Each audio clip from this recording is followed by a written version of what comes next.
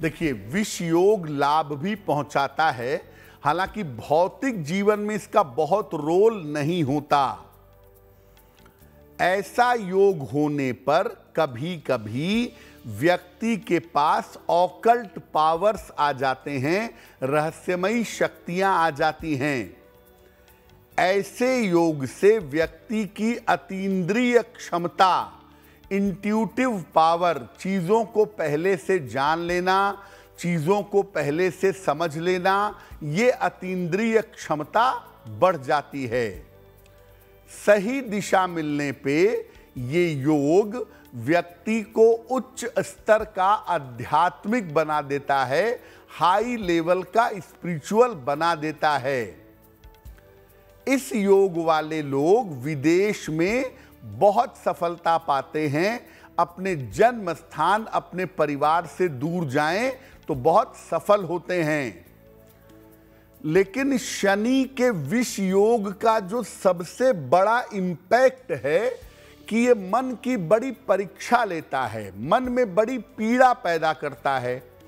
मन में इतनी तकलीफ, इतनी पीड़ा पैदा करेगा कि आपके मन में ये विचार आ जाता है कि पहले मैं जीवन का सत्य ही जान लूं, पहले मैं जीवन का सत्य जान लूं, ईश्वर को उपलब्ध कर लूं, फिर बाकी चीजें देखूंगा। यानी पीड़ा से अध्यात्म का सृजन होता है अगर शनि विषयोग है तो। शनि चंद्रमा का विषयोग घनघोर डिप्रेशन भी देता है, साइकोलॉजिकल बीमारियां, बचपन में ऑटिज्म दे देता है, ये सब करता है गड़बड़। लेकिन अगर इसने कोई गड़बड़ नहीं की है तो आगे चल के मानसिक परीक्षाएं लेगा और आपको आध्यात्म के रास्ते पर ले जाएगा। अगर कुंडली में विष योग है और आप उसके प्रभाव को समाप्त करना चाहते हैं तो क्या करेंगे? रोज सवेरे सूर्य भगवान को जल अर्पित करिए। सुबह के समय खाली पेट तुलसी दल का सेवन करिए। सुबह और शाम रुद्राष्टक, नमामि शमीशान निर्वाण रूपम विभुम व्यापकम ब्रह्मवेद स्वरूपम, इस रुद्राष्टक का सुबह शाम पाठ करिए।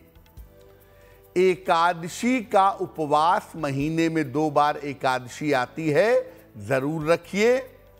और एक रुद्राक्ष की माला अपने गले में कितने भी मुखी हो धारण करिए। देखिए, विष को ग्रहण करने की क्षमता पूरी दुनिया में सिर्फ शिव जी के पास है। तो अगर कुंडली में विष योग है, आप चाहते हैं उसका प्रभाव नष्ट हो, तो जितना ज्यादा संभव हो भगवान शिव की पूजा करें, आपका कल्याण होगा। और याद रखिए, शिव जी को भांग, धतूरा, बेलपत्र नियमित रूप से चढ़ाएं, जल अर्पित करके प्रार्थना करें।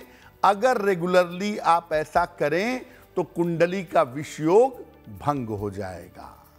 देखिए, शनि चंद्र का कॉम्बिनेशन कुंडली में अगर है, संबंध है, तो एक आध्यात्मिक स्पार्क आपके अंदर जरूर है।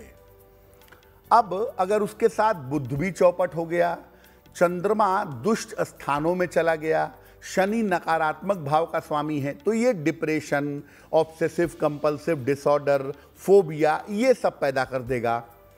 लेकिन अगर चंद्र शनि के संबंध के साथ थोड़ा बुध भी ठीक हो गया है या बाकी ग्रह थोड़े इंप्रूव्ड पोजीशन में हैं, तो ऐसी स्थिति में आपके अंदर बचपन से एक संन्यास और वैराग्य का भाव पैदा होगा। और जिनका चंद्रमा शनि होता है वो अक्सर कुंडली दिखाते समय ये जरूर पूछते हैं कि मैं आध्यात्मिक रूप से उन्नति करूंगा या नहीं करूंगा। तो अगर आपके साथ ऐसा है तो आप प्रयास करिए कि आप किसी सही गुरु की शरण में जाएं, सही गुरु की बातें सुने, उसका अनुसरण करें और आध्यात्मिक जीवन पर आगे बढ़ें।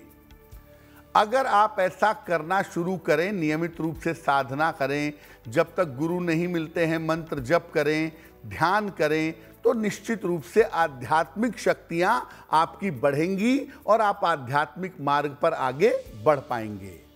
शनि चंद्रमा वाले अक्सर नशे के शिकार होते हैं, तो मैं ये भी कहूँगा कि अगर आपके अंदर नशे की कोई टेंडेंसी है या आपके अंदर डिप्रेशन है और आप आध्यात्मिक रास्ते पे चलना शुरू कर देते हैं, किसी गुरु की शरण में चले जाते हैं, आध्यात्मिक मार्ग पकड़ लेते हैं, तो आपका डिप्रेशन, आपका अवसाद, नशे की आदत, ये सब भी दूर होनी शुरू हो जाती है। एस्ट्रो तक ऐप पर आपको मिलेगा भविष्य से जुड़े हर सवाल का जवाब।